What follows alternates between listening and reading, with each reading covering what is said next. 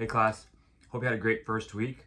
I am going through your grading right now, your papers, and they are looking really good. I wanted to take a moment though and talk about some of the key ideas from this past week regarding Genesis, specifically the creation account and even chapters up to 11. Those have been in debate over the years about whether we should read them figuratively or literally or historically. And the position that we take does have some implications to our theology, our understanding of our biblical worldview, and our understanding of the Bible in its entirety. So I actually had to do this in my master's degree, in my Old Testament class, and it was a really enriching time of study to kind of think through these things, especially things that we may just assume. My understanding of Genesis chapters 1 through 11 is that it should be read literally / historically. And the reason for that is there's not a lot of figurative language, not a lot of allegorical language, or even a lot of apocalyptic language. This text is meant to be read literally or historically as a record of events leading up to, as we saw in our reading, the creation of the nation of Israel. Yes, there are some poetic devices used in the text. Yes, there are some other writing tools that would give us the indication that maybe they should be read more figuratively, but the primary reading leads us to a literal historical reading of the text. Now this leads us to a couple of situations. We have the debate between old earth and young earth, and we have a debate on the existence of Adam and Eve.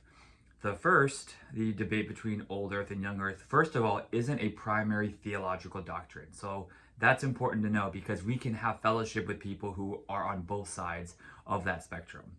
But for me, I believe in a young earth. I think the text speaks to a literal 7 days. I believe that modern science, with its view of evolution, even though evolution, and I have not found any evidence to support it, is a theory, has influenced a bit of our position on that. Plus, I also think that a young earth view gives God the most glory. I mean, think about it. To create the entire universe in its form and function in 6 literal days, right? To create the earth to be suitable for life, to create plants so that they can, and bring them up so that they can do what they're supposed to do in a day, to create human beings, fully formed adults in a single day. I think that is an impressive feat that leads me to grow in my wonder of God. But you can still have wonder for God in an old earth view as well. I think it's important for us to be able to defend our positions. In my position, I think literarily,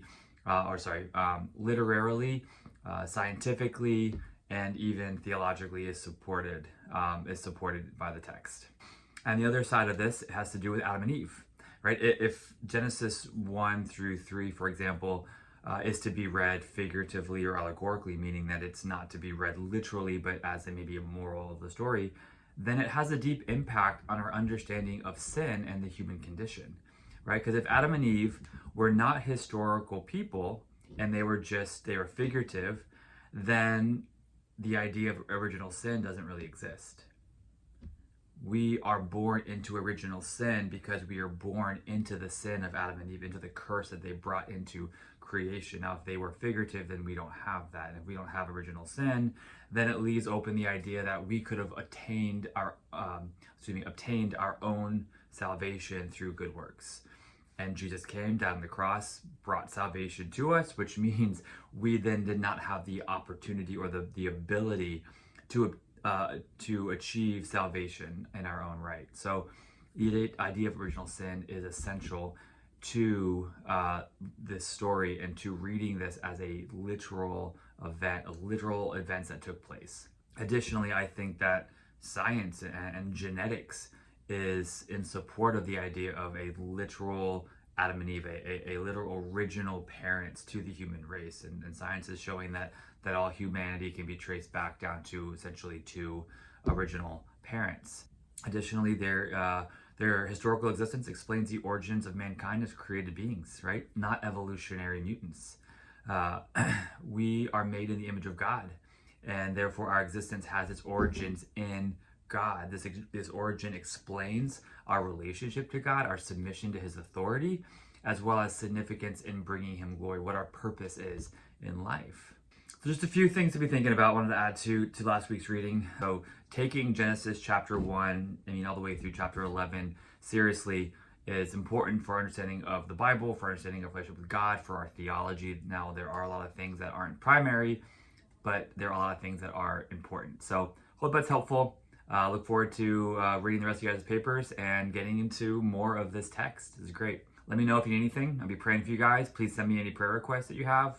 Otherwise, I'm praying that you guys have great weeks. Enjoy the time together and time with God, and just reflect on the fact that you get to study the Bible, study the biblical truth for school. This is such an amazing blessing. So I hope that you guys are making the most of it.